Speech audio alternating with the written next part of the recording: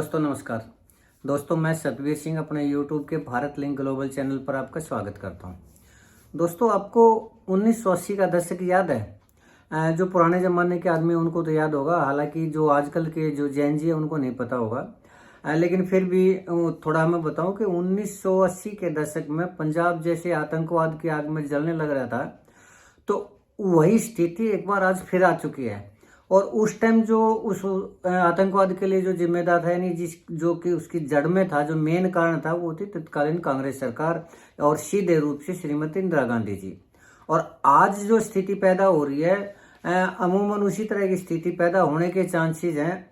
और उसके लिए जिम्मेदार है आज की वर्तमान में जो बीजेपी की केंद्रीय सरकार है वो, और डायरेक्ट रूप से कहें तो नरेंद्र मोदी जी।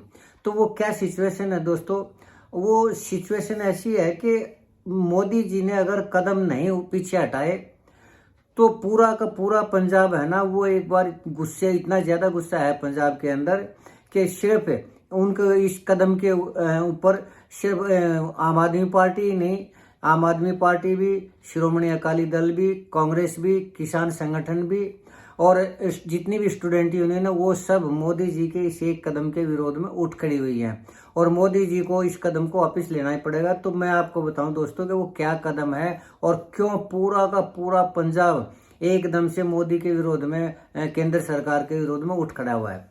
वो कदम है दोस्तों पंजाब यूनिवर्सिटी का। जी हाँ, पंजाब यूनिवर्सिटी के ऊपर जो मोदी जी की है उनकी नज़र पड़ चुकी है और पंजाब यूनिवर्सिटी को वो एक तरह से अपनी मुट्ठी में करना चाह रहे हैं। तो ये क्या पूरा मामला, मैं थोड़ा सा आपको डिटेल में बताऊंगा, बल्कि सारी चीज़ बताऊंगा कि कब से क्या हुआ और क्या मोदी जी करने लग रहे हैं और क्या इसका अंजाम होगा, और मोदी जी को करना पड़ेगा तो क्या करना पड़ेगा, और फिर अंत में इसका रिजल्ट क्या होगा, सारा सब कुछ बताऊंगा दोस्तों। मामला ये है दोस्तों कि पंजाब यूनिवर्सिटी है ना, उसकी स्थापना हुई थी 1882 में, और उस टाइम में अंग्रेजों के टाइम में उसकी स्थापना हुई थी। तो उसके ऊपर जो अधिनियम या फिर उसकी जो कार्यशैली थी वो उसने अंग्रेज सरकार ने, यानी उस टाइम जो अंग्रेज थे उन्होंने बनाए, उसके अनुसार थे, और उन्होंने बिल्कुल इसका परफेक्ट वो बनाया था कार्य करने का तरीका। तो उस टाइम पर जब स्थापना की गई तो 2 डिपार्टमेंट बनाए गए थे। वो डिपार्टमेंट थे, एक तो सीनेट था और एक था सिंडिकेट। लेकिन जब देश आज़ाद हुआ तो पंजाब राज्य अधिनियम 1947 बना, तो उसके बाद भी वही व्यवस्था पंजाब यूनिवर्सिटी के अंदर लागू रही।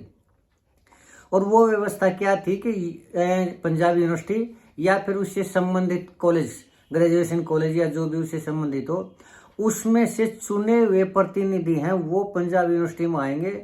यानी जो एक सीनेट थी, सीनेट में 90 ऐसे मेंबर हुआ करते जो चुने हुए हुआ करते, और वो उसके अंदर प्रिंसिपल भी हुआ करते। उनमें प्रिंसिपल जो हुआ करते जितने भी, उनमें से चुना जाया करता।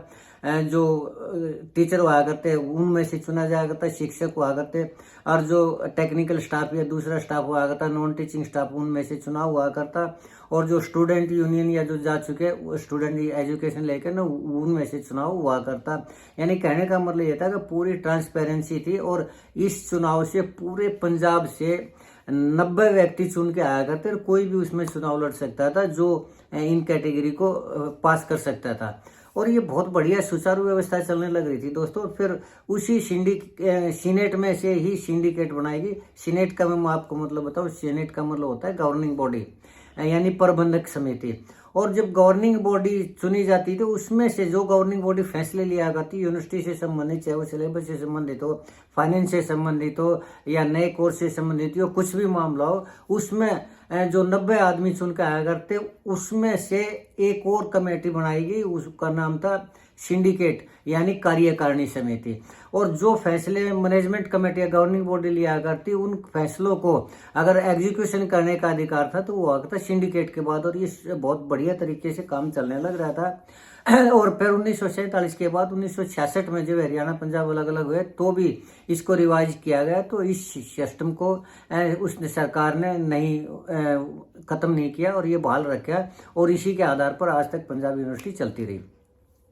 लेकिन दोस्तों अब जबकि मोदी जी हैं, वो जितनी भी संवैधानिक संस्थाएं हैं उनको अपनी मुट्ठी में, अपने शिकंजे में जड़ने लग रहे, चाहे जकड़ने लगे, चाहे वो ईडी हो CBI हो, स्टेट पुलिस हो, चुनाव आयोग हो, जजेज हो, कुछ भी हो, हर एक चीज को जिस हिसाब से अपने नियंत्रण में करने लग रही है वो तो कर ही चुकी है। लेकिन और इसी का नतीजा है, नियंत्रण का ही नतीजा है कि चाहे उसको वोट मिलो या ना मिलो, चाहे EVM की गड़बड़ हो या कुछ गड़बड़ हो, हर चुनाव में बीजेपी जीतती आ रही है। तो अब मेरे हिसाब से केंद्रीय सरकार ने यानी मोदी सरकार ने अब एक कदम और आगे बढ़ा के ने, और जब छोटी छोटी संस्थाएं है ना उनको भी अपने नियंत्रण में लेने का प्रयास शुरू कर दिया है। और वो प्रयास, पहला प्रयास है पंजाब यूनिवर्सिटी को अपने नियंत्रण में लेना। और वो क्या है पंजाब यूनिवर्सिटी को अपने नियंत्रण में लेना कि ये जो 90 जो चुन के आया करते प्रतिनिधि, और जो सीनेट हुआ करती और जो सिंडिकेट हुआ करती, उसको खत्म करके ने और यूनिवर्सिटी को डायरेक्ट केंद्र के अधीन करना। और ये जो 90 प्रतिनिधि हुआ करती, ये चुने हुए हुआ करते यानी इलेक्टेड हुआ करते। और नया जो नोटिफिकेशन केंद्र सरकार ने जारी किया है उसके तहत नॉमिनेटेड होंगे और 90 की जगह 30 होंगे। और वो जो होंगे वो केंद्र सरकार के प्रतिनिधि होंगे। और ये नोटिफिकेशन जारी कर दिया गया कि वो जो 30 मेंबर नॉमिनेट होंगे उनमें सरकार के आदमी होंगे, प्रिंसिपल सेक्रेटरी होंगे या फिर जिसको सरकार नॉमिनेट करे उनके होंगे। और जो फैसला लेने का अधिकार या उसको एग्जीक्यूशन करने का अधिकार है वो ये आदमी करेंगे। और चाहे वो VC हो या फिर वो दूसरी अपॉइंटमेंट करनी हो, वो उस जो सरकार के नॉमिनेट आदमियों की कमेटी होगी वो फैसला लेंगे, वो चलाएंगे। यानी कहने का मतलब ये है कि जिस यूनिवर्सिटी को पूरा पंजाब क्षेत्र चलाया करता और जिसमें लोग एक लोकतांत्रिक तरीके से चुन के आया करते और वो यूनिवर्सिटी को चलाया करते, अब वो नहीं होगा।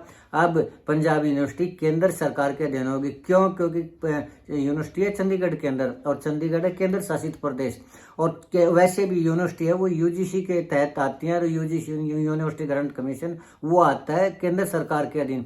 इसलिए मोदी सरकार ने ये फैसला किया है कि इसको पंजाब के हाथों से निकाला जाए और उसको डायरेक्ट अपने हाथ में लिया जाए, ताकि मन मर्जी के उसमें अपॉइंटमेंट हो, मन मर्जी के फैसले हो। और अगर कल को यूनिवर्सिटी को जैसे और सरकारी संस्थानों को बेचा जा रहा है या घाटे में दिखाकर उनको किया जा रहा है, इसी तरह पंजाब यूनिवर्सिटी को भी आने वाले टाइम में अडानी जैसे व्यक्ति को दिया जा सके, ये है मामला। लेकिन दोस्तों अब ये पहली बार ऐसा हुआ है कि मोदी जी के इस कार्यक्रम की लगा लीजिए या शिक्षा की लगा लीजिए या इसी फैसले की लगा लीजिए या इस नोटिफिकेशन की, इसका विरोध पूरा पंजाब करने लग रहा है। और ये पहली बार हुआ है जबकि पूरा का पूरा विपक्ष यानी सभी विपक्षी पार्टियां एक ही प्लेटफॉर्म पर आई हैं। जो विपक्षी पार्टियां किसी भी मुद्दे पर कभी साथ नहीं आती, आज वो भी इसी एक मुद्दे के ऊपर एक साथ और एक प्लेटफॉर्म पर खड़ी है। चाहे वो पंजाब के मुख्यमंत्री यानी आम आदमी पार्टी के जो सर्वे सर्वा भगवंत मान जी हैं वो भी इसका विरोध कर रहे हैं। और ये शिरोमणि अकाली दल है उसके जो प्रकाश ये सुखबीर बादल जी हैं वो इसका विरोध करने लग रहे हैं। और कांग्रेस के अमरिंदर सिंह यानी राजा वडिंग है वो इसका विरोध करने लग रहे हैं। और जितनी किसान यूनियन है वो इसका विरोध करने लग रहे हैं, जो स्टूडेंट यूनियन है वो इसका विरोध करने लग रहे हैं, या फिर और भी व्यक्ति हैं जो यूनिवर्सिटी से किसी भी तरह से संबंध रखता है वो इस नोटिफिकेशन का विरोध करने लग रहा है। हालांकि इस दबाव में आके ने नोटिफिकेशन को स्थगित तो कर दिया है सरकार ने, लेकिन कैंसिल नहीं हुआ है। और उसकी सरकार वजह ये बता रही कि यहाँ तो चुनाव हो ही नहीं रहे, जबकि केंद्र सरकार इसमें चुनाव करवाए। 1 साल से किसी तरह का कोई भी चुनाव नहीं हो रहा था, तो अब चुनाव की आड़ लेके कि यहाँ चुनाव हो ही नहीं रहे तो केंद्र सरकार इसमें चुनाव करवाएगी। और केंद्र सरकार ने ये नोटिफिकेशन जारी कर दिया कि पंजाब यूनिवर्सिटी होगी पंजाब सेंट्रल गवर्नमेंट के अधीन, क्योंकि ये केंद्र शासित प्रदेश और केंद्र शासित प्रदेश के अंदर जो यूनिवर्सिटी आएंगी वो केंद्र के अधीन होंगी। तो अब इसका इतना ज्यादा विरोध हुआ है कि आखिर बैकफुट पे आना पड़ा केंद्र सरकार को और उसको स्थगित कर दिया है। लेकिन अब जो पंजाब है, पूरे पंजाब के लोग हैं वो ये चाह रहे हैं कि स्थगन नहीं चाहिए, इलेक्शन चाहिए और जो पुरानी व्यवस्था थी वो बहाल करनी पड़ेगी और वही इलेक्शन सिस्टम लागू करना पड़ेगा। हालांकि सरकार ने अभी आज तक कोई तारीख डिक्लेयर नहीं की है, न इतना ये कहा है कि हम वही सिस्टम लागू कर देंगे। सरकार किसी तरह इस आंदोलन को तोड़ना चाह रही है, इन पार्टियों को अलग अलग करना चाह रही है, जो उसकी डिवाइड एंड रूल की पॉलिसी, जैसे किसान आंदोलनों को अलग अलग कर दिया करते, अपने संगठन खड़े करके उनसे बात कर कर ये कह दिया करते होगी बात और मामले की लिपापोती कर दिया करते। ऐसी सरकार प्रयास करने लग रही है। लेकिन अब की बार मामला दोस्तों इतना ज्यादा विरोध का है कि अगर केंद्र सरकार ने यानी मोदी जी ने अपनी गिर दृष्टि इस यूनिवर्सिटी से नहीं हटाई तो मामला कहीं तक भी जा सकता है और कुछ भी हो सकता है। तो मैं इसीलिए कह रहा हूं कि केंद्र सरकार को यानी मोदी जी को इस मामले में वापस कदम उठाना पड़ेगा और जो पुरानी व्यवस्था थी उसको बहाल करना ही करना पड़ेगा। और जो संवैधानिक संस्थाओं को अपनी मुट्ठी में करने का जो विचार है और वो कुछ हद तक सफल भी हो चुके हैं, अगर इन छोटी छोटी संस्थाओं को भी मुट्ठी में लेकर अगर वो पूरे सिस्टम को अपने नियंत्रण में करना चाह रहे हैं, पूरे देश को अपने नियंत्रण में करना चाह रहे हैं, तो ये बहुत घातक स्थिति है लोकतांत्रिक व्यवस्था के लिए।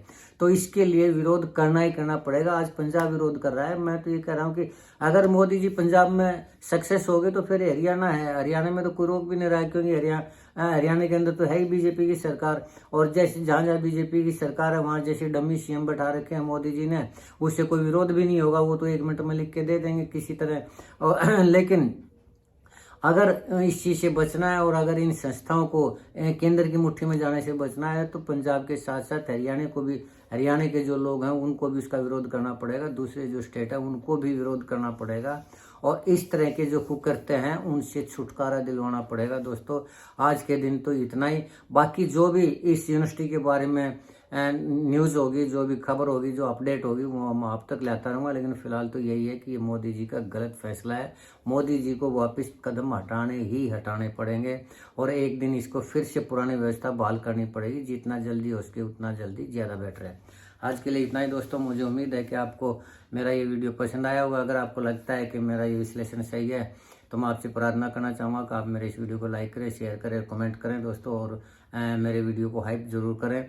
और अगर आपको लगता है कि मेरी सोच गलत है, मेरा विश्लेषण गलत है, तो भी मैं आपसे प्रार्थना करना चाहूँगा कि आप कमेंट जरूर करें ताकि मैं अपने आप को करेक्ट कर सकूँ। चलते चलते एक निवेदन और करना चाहूँगा कि आप मेरे इस चैनल को सब्सक्राइब जरूर करें दोस्तों, ताकि मेरा इसी तरह का हौसला बढ़ता रहे। आपने मेरा ये वीडियो देखे इसके लिए एक बार फिर से आपका धन्यवाद।